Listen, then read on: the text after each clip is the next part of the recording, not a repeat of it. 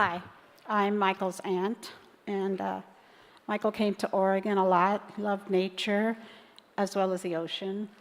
But I want to read this Hopi prayer. It's not too long, but it says, "Do not stand at my grave and weep. I am not there. I do not sleep. I am 1,000 winds that blow. I am the diamond glints on snow. I am the sunlight on the grain. I am the gentle autumn's rain. When you awaken in the morning hush, I am the swift, uplifting rush of quiet birds in circled flight. I am the stars that shine at night. Do not stand at my grave and cry. I am not there. I did not die."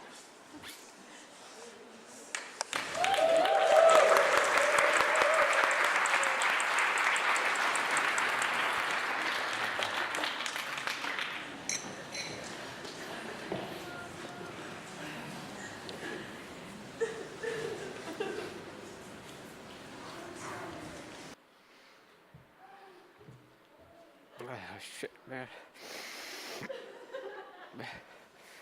I really didn't expect this tough crowd to follow, man. It's a tough act to follow. Really tough. I just want to thank everybody. I'm Michael's father.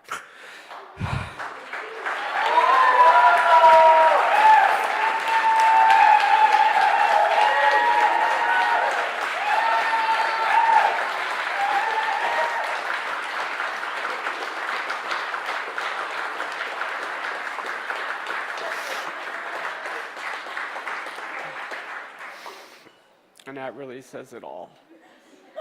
So, thank you.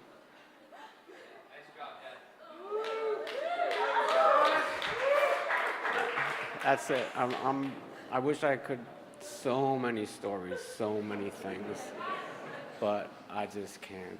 I'm so sorry. Yeah. No.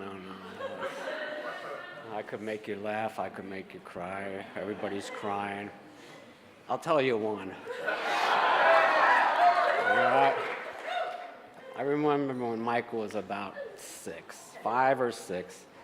He came home from school one day, and he said, "Dad, this third grader's picking on me, you know?" And he says to me, "You got to take care of it." I said to him, "Michael," I said, "you're 6. I said, "He's 8. I said, "What do you want me to do? Kick his ass?" I said, "I kick his ass, I'm going to jail, and then you got a problem." You know? I said, "Just take care of it." You know? And he did. What he did, I don't know, but that was the end of that one. You know? And I know you all loved him. And I loved him very much. I'm gonna miss him. Thank you.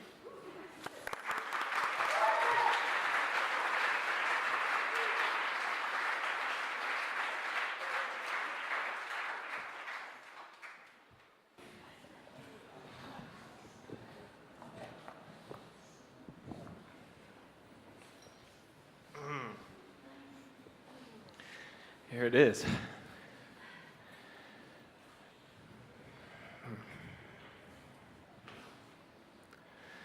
Michael James Astudillo was born to John Astudillo and Sue Addington on June 6, 1979. And they lived for many years in Cape Coral, Florida. And Cape Coral is a place that's lined with canals that run out to the Gulf of Mexico. And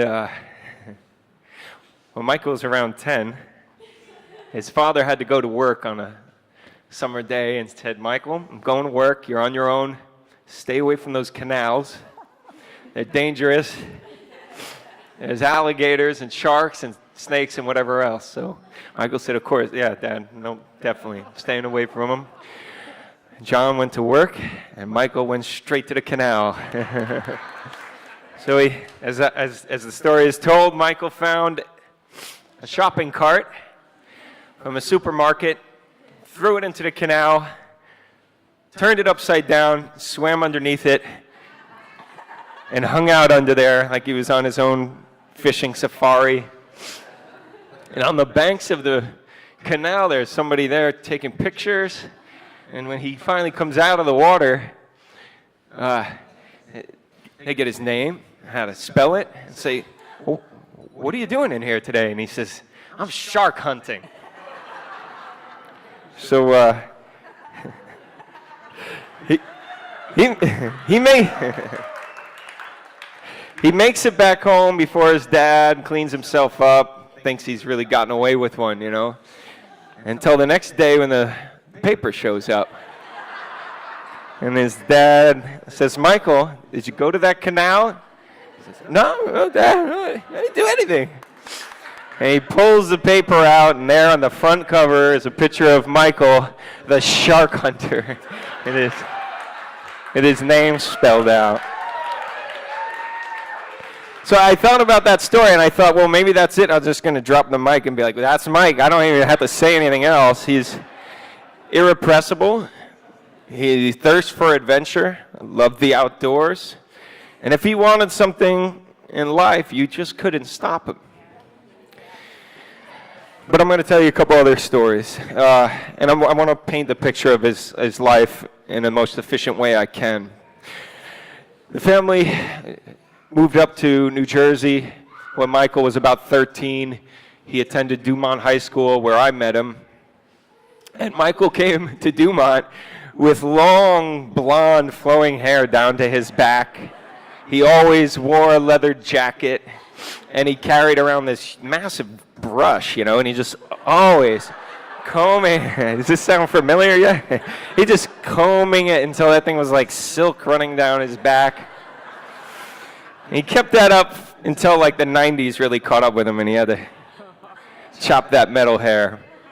But you know, the weird thing with him was there was this metal guy, but he was in the men's choir with me, in the chamber choir, and we were in music theory, and we would go to the Met to see the opera, and it was always bigger than you thought, you know, just when you thought you could put him in a box, he would go an extra step. He knew one thing more than you thought he knew. So he lived a good life in New Jersey, and we have just a couple of our friends here from back east, and I thank you guys so much for being here. I will take the moment to say that there's an enormous group of people grieving back east, and they want to be here with us really badly, and our hope is that the videos that we're sharing here today, I hope this makes it to you guys out there in Jersey, and you can feel the love too, and have a sense of closure with us. But it was a good life in Jersey. He was a good student in school. He went to William Patterson University for about 2 semesters, and that's when I showed up at his door to say, "Mike, I'm getting in my Toyota Corolla, and I'm going to drive across the country in search of a new place to live, and it's probably going to be California." And he says, "I'm going to be in Carpinteria in 30 days. You should go to Carpinteria. It's amazing." And then I go, "Why don't you just come with me?" And he gets that thoughtful look in his eye, and he called his grandmother, Ellie, who he trusted a lot, and he said, "Grandma, what do I do? Here's the situation." And she says, "Quit your job, cancel your airline ticket, and get in the car and go." And we really loved Grandma Ellie, a really spectacular, inspiring person. So 2 days later, he jumped in the car, and we went, and we were 19 and 18 years old, and we traveled the country for 27 days together. And I have plenty of stories that I'm not going to get into, but one more that really illuminates just the diversity, the complexity of his character. Michael, you know, we're all saying he had this good-natured heart. He believed in the best in people and things. So on our second night there, we were at a friend's house, and they warned us about their German Shepherd. This is a skittish dog, and it even bit me earlier in the day. A couple hours later, there's Mike like this. "You're a good dog. No, you're fine." He's looking down at this dog. German Shepherd was probably up to here. and it bounded up and bit his face. It caught him on the bridge of the nose, and his bottom teeth went into Mike's mouth and hit him on the roof of the mouth. There was blood gushing. You know, you certainly could have used some stitches.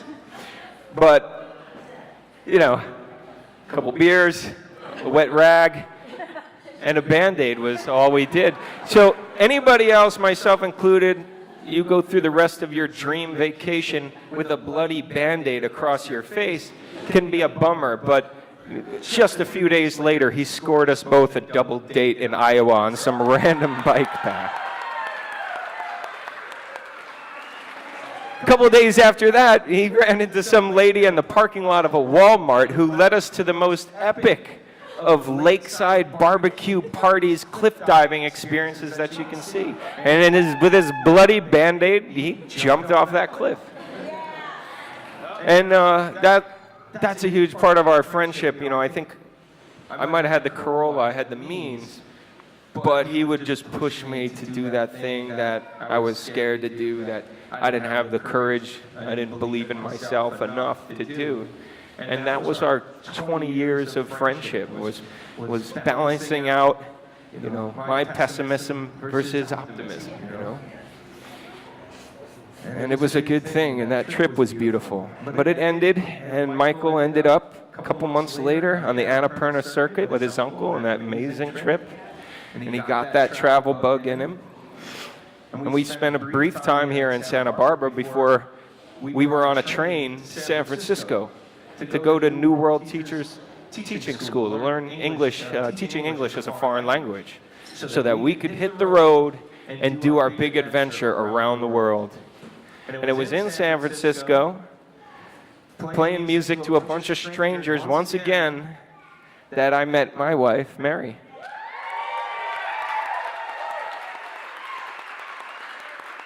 And the three of us were fast friends immediately, and we went to Thailand, and we lived in Thailand for 4 or 5 months. We taught English together. He bought a chopper, got a girlfriend. We took clandestine trips to the border to get new tourist visas. We ate tons of Thai food and drank tons of whiskey and ran amok the way that you want to in life, you know. And we had an adventure. When I came back to start my life with Mary here in the States, he stayed in Thailand, lived a month there in the villages by himself, ended up in Bali surfing for a month, and when every last dime was drained from his bank account, he overdrew it the rest of the way, all the way home. But it was all part of the adventure, and through many twists and turns, Michael ended up back here. And this is the place that was his home, and even his family out east, and everybody knows it, Santa Barbara was always Michael's home, and this is where his love and his heart was. And I know that a lot of your stories started back then. But a lot of you won't know that when he first got here, he joined the Lao Kundo Temple of Martial Arts in town. And he practiced martial arts, Kung Fu and Tai Chi, for many years, and he was a respected student there. He attained the level of the Red Sash, which I can tell you is no small feat.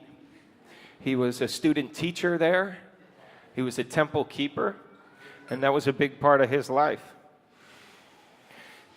He went to school out here. He made friends with a lot of people, and after some time, Mary and I made our way back to live here, and that's when we started the Mutineers. And Michael and I started it together, and Mary joined eventually. And we were a little three-piece that was dinky.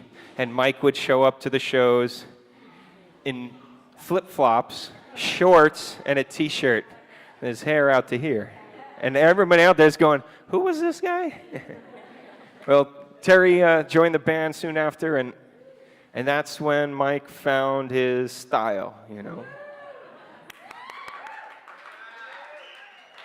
It wasn't long before he became that neo-rockabilly casino owner, bar-stomping, snake-skin boot-wearing, guitar-playing, smiling guy.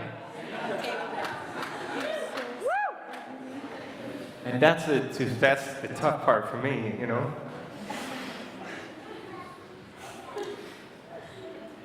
Well, we had a communication without words. I'll never be able to speak with somebody like that on the guitar again. That's a very special thing that happens over years and years and years, and I don't suppose I'll communicate with anybody on that level again.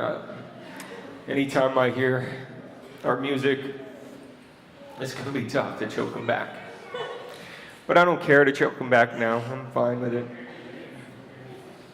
A lot of glory in those memories. We had great shows. We did a lot of things. We played with bands that we truly admired. We worked with people in studios that we really loved, and we really, really loved the support from you guys and seeing your happy faces out there. And it was a truly beautiful time for us. I thank you guys for that. The final work for him was 7 Bar, you know. And with Sean and Mike, he put together a good team. Jeff and the rest of the family there. All you guys, I want to name you all, but you know, you really created a beautiful spot in our neighborhood, and so much of it was about Mike's personality, right? So he said he wanted people to feel like they could walk out of 7 and go, oh, I know the owner of that bar. You know? And I would hear that from time to time in passing. People would be like, oh, 7? Yeah, I know the owner. He's a good friend of mine. You know? But it's because he stood at the door and he shook people's hands as they walked in and made them feel at home and made them feel like they had a special place. And despite this being a tourist town, that we need a place for us to feel at home. And I think that's what 7 Bar is. And we got married there. And I thank you, Michael, for creating that space and leaving it open for me and welcoming me into that family. And you know, I think it's an amazing place. Now, doesn't that sound like a good adventure? Doesn't that sound like a life worth living? You know, we were always into fantasy books. All we wanted to be was, you know, that Viking who's made a story good enough for the storybooks, you know, live that life. And I think he did that, and I really appreciate that. But in all those times, and we spent in a closed, tiny van, you get to know people on a deep, deep level. And I knew that some of these same great qualities that made Mike so precious to us were also a peril to his life. Yeah. The way he wanted to live life to the fullest gave so much to us, but it was also a danger. The second most difficult thing in my life was to confront Michael and tell him that I think you're on a bad path, and if you don't change, we're going to lose you. And it was a heartbreaking experience for us. The worst, most difficult experience of my life was 6 months later calling his father to tell him that he had passed away. I'm not saying this to pity me. I'm not saying this to change your perception of Michael, but in all the pain that I'm trying to get over by having this ceremony and smiling, deep down it really hurts, you know, a lot. And so I gotta find meaning in it, you know, and my fallen brother, who I shall never play again with. And this is it, you know. When I see the next person on that road, I'm going to reach out to them. I'm going to tell them I love them, and I want them to stay with me for as long as it's in their power. And I know we can't be responsible for other people's actions, but just maybe, you know, it'll wake something up in them and realize that you just got to slow down sometimes and remember what's important, and this is it right here. And that sacrifice that he gave brought us all into this moment of treasuring life. But I didn't want him to go, you know. Hell no. So if there's somebody in my life that I can stop and I can tell them that message, and they can maybe grab the wheel for themselves and exit that dangerous highway before the hands of fate pull them towards a perilous end, and then we're here again in such pain. That pain can be a reservoir for us to remember how much we should treasure people in our lives, and look out for them, and love each other. And I think if we could do that, if I can have that in my life, then I think it's like, you know, those tragic figures of our ancestors. They're all up in the constellations for us to see. They've taught us their lessons, and they're up there. And I feel like if I could turn this loss into something beautiful, when I look up at the stars and see the twinkling in the stars, I'll see that twinkle in his eyes right there.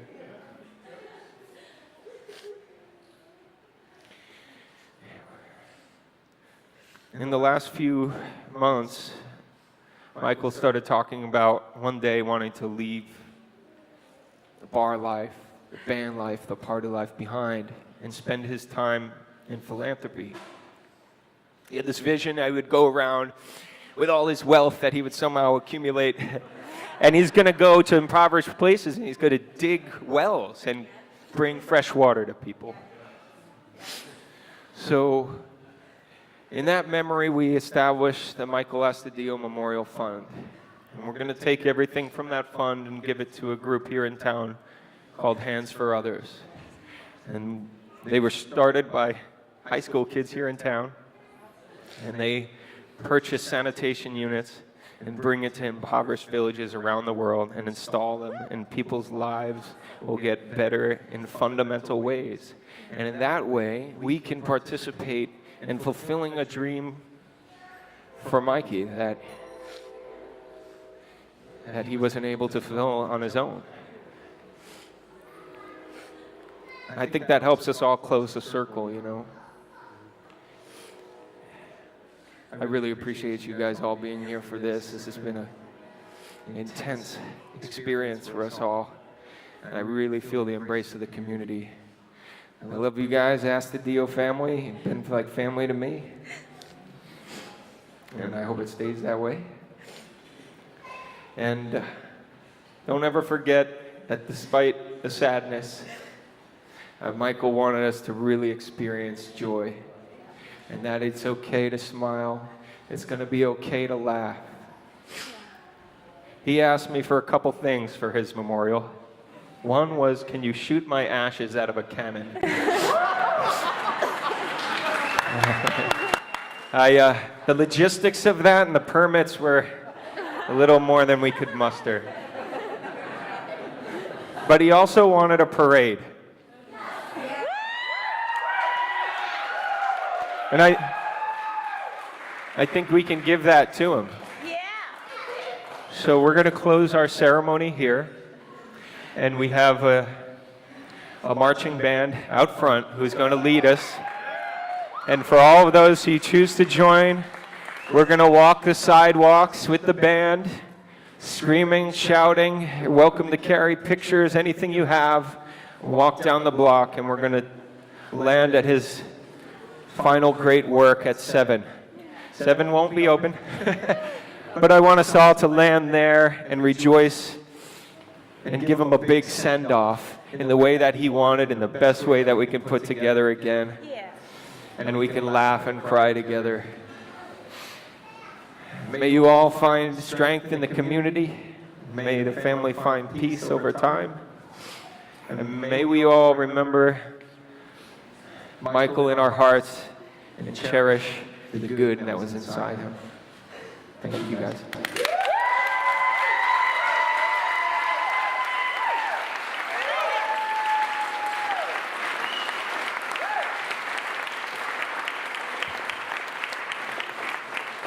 Go ahead, Kevin.